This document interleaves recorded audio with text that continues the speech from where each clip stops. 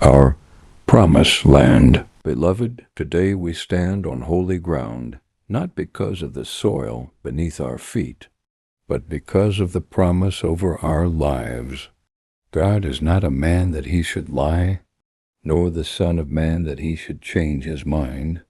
What he promised to Abraham, he is still fulfilling in us today.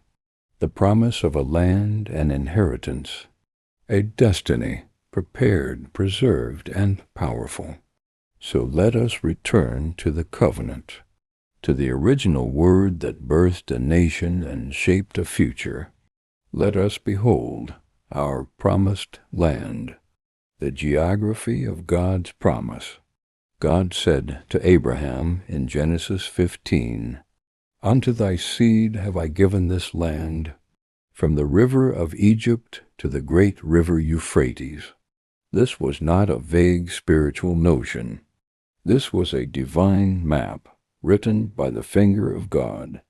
It included the land of Canaan, the coasts of the Great Sea, the mountains of Lebanon, the plains of Jordan, the deserts of the south, even to the Red Sea, from the wilderness of Zin to the Sea of the Philistines, from the desert to the river. This will be your inheritance. Exodus 23:31. God marked boundaries. He spoke specific names, regions, rivers, and borders. Because your promise has a shape. It's not imaginary, it's intentional. The spiritual significance of the land.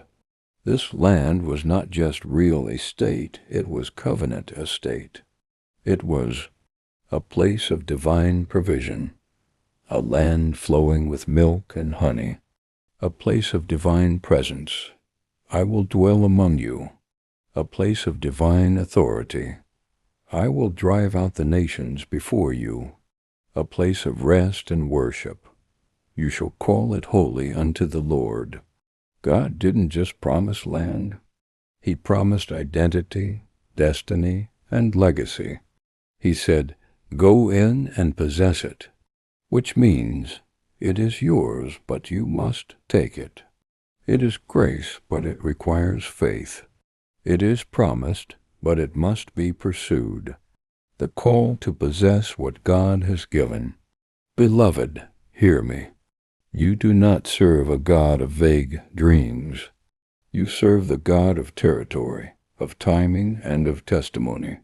He said to Israel, and he says to us, "Behold, I have set the land before you. Go in and possess it." Deuteronomy 1-8. The land may be occupied, but it is yours. The giants may be tall, but the promise is taller.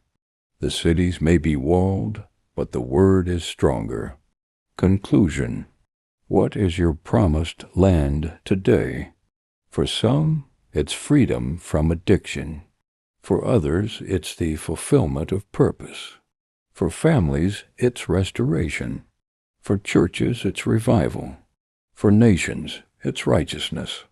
The same God who marked the borders of Canaan has also marked the borders of your calling. So rise up, child of God. Walk the land in prayer. Declare the word in faith. Fight the good fight in obedience. Every place where the sole of your foot shall tread, that have I given you. Joshua 1-3. Heavenly Father, we say why us to the land you have prepared for us spiritually, physically, emotionally, and generationally. Let your covenant come alive in our hearts. May our eyes see what you promised, and may our feet walk in it.